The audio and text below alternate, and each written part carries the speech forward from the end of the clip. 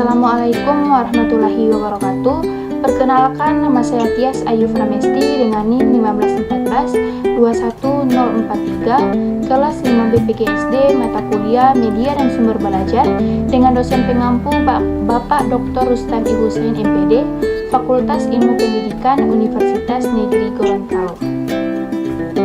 Pada video kali ini saya akan membahas materi tentang pembuatan media pembelajaran di sekolah dasar dengan beberapa poin, yaitu yang pertama, unsur-unsur yang terdapat dalam pembuatan media pembelajaran. Yang kedua, ada langkah-langkah pembuatan media pembelajaran, dan yang terakhir yaitu manfaat media pembelajaran. Pada poin pertama, ada unsur-unsur yang terdapat dalam pembuatan media pembelajaran. Jika kita mengamati sesuatu yang ada di sekitar kita seperti majalah, iklan, papan informasi, kita akan menemukan banyak gagasan untuk merancang bahan visual yang menyangkut penataan elemen-elemen visual. Tatanan elemen-elemen itu harus dapat menampilkan visual yang dapat dimengerti, terang, dapat dibaca, dan menarik perhatian sehingga mampu menyampaikan pesan yang diinginkan oleh penggunanya. Yang pertama, ada kesederhanaan. Secara umum, kesederhanaan itu mengacu kepada jumlah elemen yang terkandung dalam suatu visual. Jumlah elemen yang lebih sedikit memudahkan siswa untuk menangkap dan memahami pesan yang disajikan oleh visual itu. Yang kedua, ada keterpaduan. Keterpaduan mengacu pada hubungan yang terdapat di antara elemen-elemen visual yang kita amati, kemudian berfungsi secara bersama-sama. Elemen-elemen itu harus saling terkait dan menyatu sebagai suatu keseluruhan sehingga visual itu merupakan suatu bentuk menyeluruh yang dapat dikenal. Yang ketiga, ada penekanan. Konsep yang disajikan memerlukan penekanan terhadap salah satu unsur yang menjadi pusat perhatian siswa dengan menggunakan ukuran, hubungan-hubungan perspektif, warna, atau ruang penekanan yang diberikan pada unsur yang terpenting. Yang keempat, ada keseimbangan. Bentuk atau pola yang dipilih sebaiknya menempati ruang penayangan yang memberikan persepsi keseimbangan meskipun tidak seluruhnya simetris. Keseimbangan yang seluruhnya simetris disebut keseimbangan formal, dengan menampakkan dua bayangan visual yang sama dan sebangun yang cenderung tampak statis, sedangkan keseimbangan informal tidak seluruh simetris yang memberi kesan dinamis dan menarik perhatian. Yang kelima, ada bentuk. Bentuk yang aneh dan asing bagi siswa dapat membangkitkan minat dan perhatian. Oleh karena itu, pemilihan bentuk sebagai unsur visual dalam penyajian pesan perlu diperhatikan menurut Feby Febrianti pada tahun 2019. Kemudian pada poin kedua, ada langkah-langkah pembuatan media pembelajaran. Langkah-langkah pembuatan media pembelajaran yaitu yang pertama, menganalisis kebutuhan dan karakteristik siswa. Kebutuhan dalam proses belajar mengajar adalah kesenjangan antara apa yang dimiliki siswa dengan apa yang diharapkan. Contoh, jika kita mengharapkan siswa mampu membandingkan proses perpindahan kalor dengan cara konduksi, konveksi, dan radiasi. Setelah kita menganalisis kebutuhan siswa, maka kita juga perlu menganalisis karakteristik siswa tersebut. Dan yang kedua, ada merumuskan tujuan instruksional dengan baik. Ada beberapa ketentuan yang harus diingat, yaitu tujuan pembelajaran harus berorientasi kepada siswa. Artinya, tujuan itu benar-benar harus menyatakan adanya perilaku siswa yang dapat dilakukan atau diperoleh setelah proses belajar dilakukan. Dan yang ketiga ada merumuskan butir-butir materi secara terperinci yang mendukung tercapainya tujuan. Penyusunan rumusan butir-butir materi adalah dilihat dari sub kemampuan atau keterampilan yang dijelaskan dalam tujuan khusus pembelajaran, sehingga materi yang disusun adalah dalam rangka mencapai tujuan diharapkan dari kegiatan proses belajar mengajar tersebut.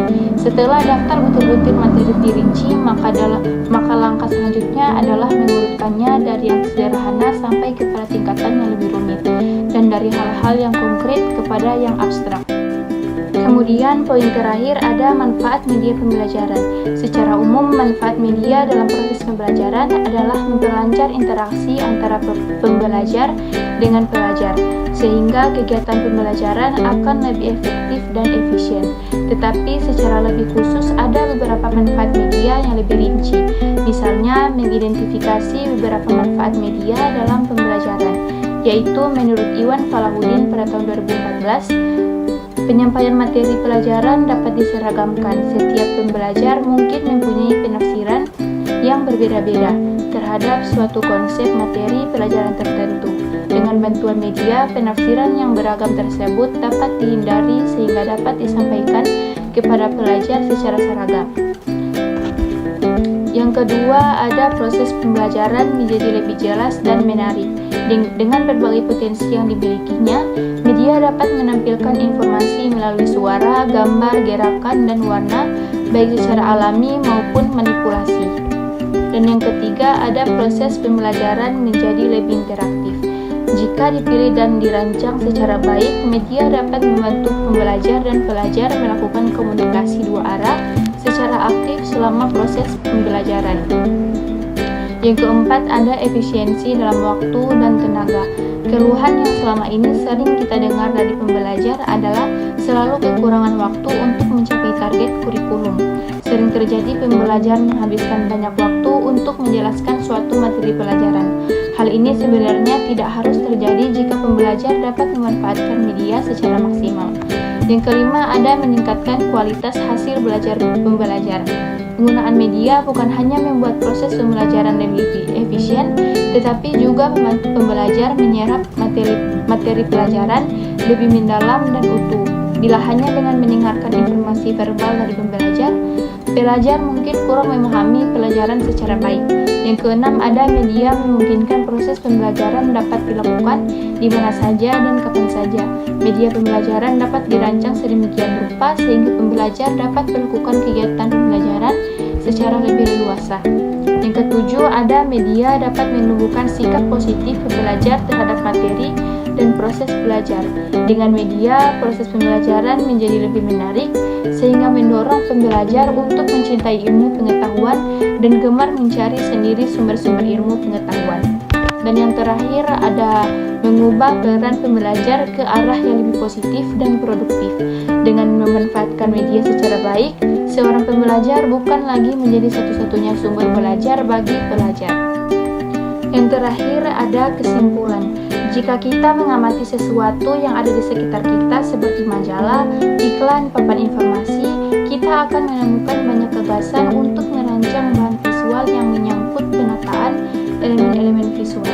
Tatanan elemen-elemen itu harus dapat menampilkan visual yang dapat dimengerti, terang, dapat dibaca, dan menarik perhatian, sehingga mampu menyampaikan pesan yang diinginkan oleh penggunanya. Secara umum, manfaat media dalam proses pembelajaran adalah memperlancar interaksi antara pembelajar dengan pelajar, sehingga kegiatan pembelajaran akan lebih efektif dan efisien. Tetapi secara lebih khusus ada beberapa manfaat media yang lebih rinci, misalnya mengidentifikasi beberapa manfaat media dalam pembelajaran. Terima kasih, mungkin itu saja materi yang dapat saya sampaikan pada video yang ke-10 ini. Lebih kurangnya saya mohon maaf. Wabillahi taufiq wal hidayah. Wassalamualaikum warahmatullahi wabarakatuh.